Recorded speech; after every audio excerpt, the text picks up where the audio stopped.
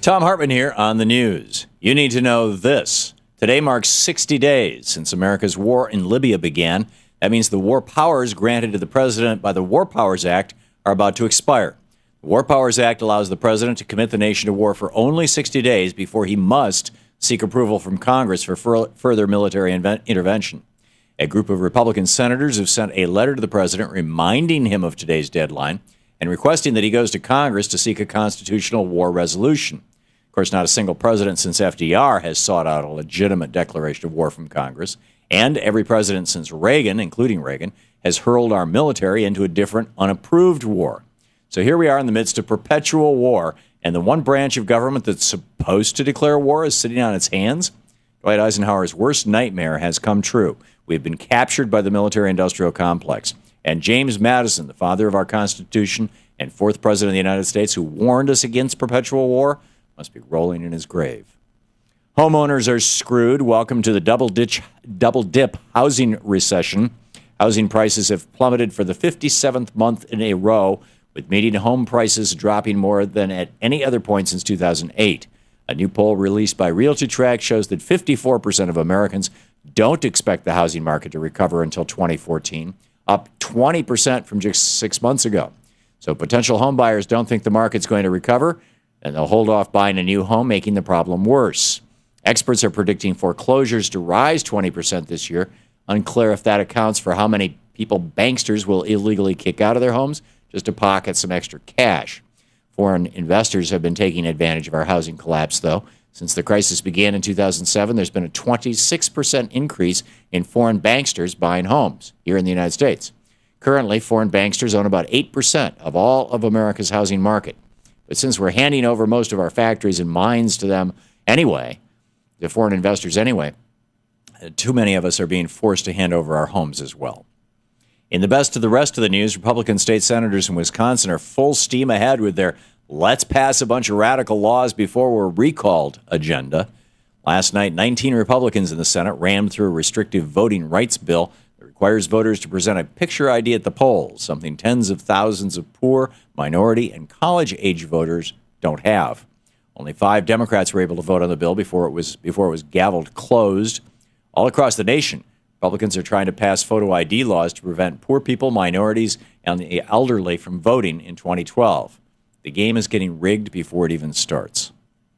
A new Gallup poll shows 53% of Americans support same-sex marriage. First time in history of the Gallup polling that a majority of Americans support gay marriage. The support is mostly along party lines, 69% of Democrats, only 28% of Republicans. At the same time, right-wingers across the nation are pursuing anti-gay policies. Minnesota is on the verge of passing an anti-gay marriage amendment to their constitution. Scott Walker in Wisconsin announced he's no longer defending the rights of individuals in same-sex couples to visit each other in hospitals. And House Republicans, led by John Boehner, are using taxpayer money to hire a $1 million lawyer to defend a DOMA, an anti-gay law passed during the 90s to keep the federal government from recognizing gay marriage. But this Gallup poll shows that American people are ready to move forward and give more rights to more people. It's a shame the Republicans aren't on board with this as well. More than 2 months after a devastating 9.0 earthquake hammered Japan, killing tens of thousands of citizens and triggering a nuclear meltdown that's still plaguing the world, the Japanese economy is in free fall.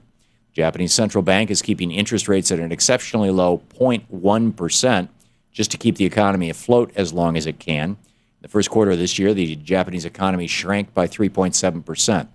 And considering that we have a slew of nuclear power plants sitting right on top of fault lines here in America, it could be only a matter of time before we face the same fate as Japan. Time to shut down our nuclear power plants, just like European governments who aren't bought off by special interest money are doing. New estimates are emerging about the costs of severe weather hitting our nation just this year. The floods, tornadoes, and wildfires will likely cost the country more than $15 billion in damages. Just the tornadoes and flooding in the month of April cost the U.S. economy $12 billion. Hardest hit by the disasters are small businesses, mom and pop shops. In Alabama, Mississippi, Tennessee, and Georgia, more than 10,000 small businesses will likely shut their doors by the end of the year because of the severe weather damage. So the cost of widespread flooding is in the billions, the cost of killer tornadoes in the billions, but the cost of Republicans continuing to deny global warming, priceless. Crazy alert. What do you do when the dead walk the earth? The Center for Disease Control is finally addressing the most important outbreak question of all. What the heck should we all do if and when the zombie apocalypse happens?